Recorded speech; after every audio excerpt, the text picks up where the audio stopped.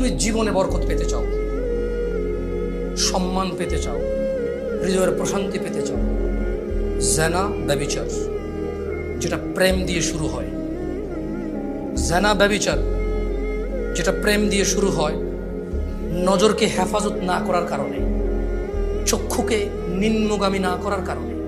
চোখ দিয়ে যেটা শুরু হয় এটা তোমার শান্তি নষ্ট করবে, এটা তোমার রিজিক নষ্ট করবে, এটা তোমার এই শিথিলতা, হৃদয়ের সুকুন, প্রশান্তি, নীরবতা, এটাকে বলে কি স্থায়িত্বটা নষ্ট করবে, স্থিরতা নষ্ট করবে এটা। ছোট ভাই, তোমার প্রতি আমার নসিহত, তুমি কে নীল পড়ছে, লাল পড়ছে, কে ছোট পড়ছে, কে বড় পড়ছে, তুমি এগুলা মেজারমেন্ট করার দরকার নাই। তুমি নিচে নজর রাখো, হাঁটো, তোমার এটা জানারও দরকার নাই আজকে তোমার সামনে দিয়ে কয়টা মেয়ে কি পড়ে গেছে তুমি দেখোই নাই। তুমি নিচে হাঁটো, যথাসম্ভব তুমি যতটুকু নিচে দেখে হাঁটা সম্ভব তুমি তোমার চোখকে হেফাজত করো। লজ্জাস্থান হেফাজত হবে, লজ্জাস্থান হেফাজত হলে তোমার হৃদয়ের প্রশান্তি নষ্ট হবে না ইনশাআল্লাহ। রিজিকের দরজা খুলবেই খুলবে। আল্লাহ তোমার জন্য যে হালাল ব্যবস্থা রেখেছে, শোনো আমি পারবো না। একটা ছেলে 18 বছর বয়সে কিন্তু জেনা করে নাকি করে না? কিন্তু যদি ও জেনায় না যেত, ওর হয়তো আল্লাহ হালাল ব্যবস্থাই করতো, কারণ ওর তো এটা রিজিক। এটা কি ওর? এটা ওর যৌবনটা কি রিজিক।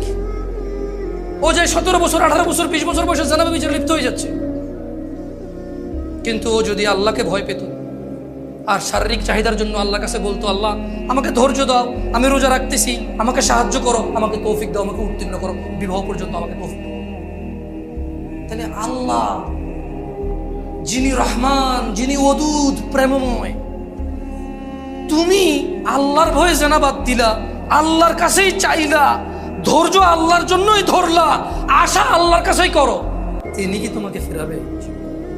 তিনি হচ্ছেন উনি যিনি 99 জনকে হত্যা করার পর শুধু উনার কাছে শাস্তির ভয়ে আছে কিনা আমার মুক্তির উপায়, আমার কি ক্ষমা হবে, ক্ষমা কার থেকে?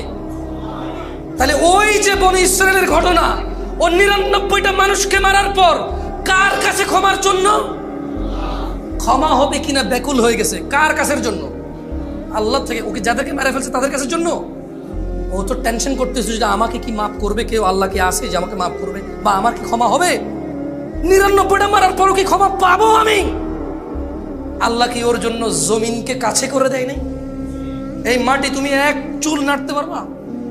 এই জমিন তুমি এক চুল নাড়তে পারবা? ভাই আমার, তুমি কি বনি ইসরায়েলের ওই 99 জন হত্যাকারীর চাইতে নিজেকে খারাপ মনে করো? কেন তুমি আল্লাহকে এত এত আল্লাহর বিষয় তোমার এত ধারণা খারাপ কেন? তুমি বলছো লা তাকনাতু মির রাহমাতিল্লাহ, আল্লাহর দয়া থেকে নিরাশ হবা না। আল্লাহর দয়া থেকে নিরাশ হওয়াই গুনাহ। ইন্নাল্লাহা ইয়াগফিরুয যুনুবা জামিআ, আল্লাহ সমস্ত গুনাহ ক্ষমা করবে। ইন্নাহু হুয়াল গফুরুর রহিম, কারণ তিনি হচ্ছে ক্ষমাকারী, দয়ালু।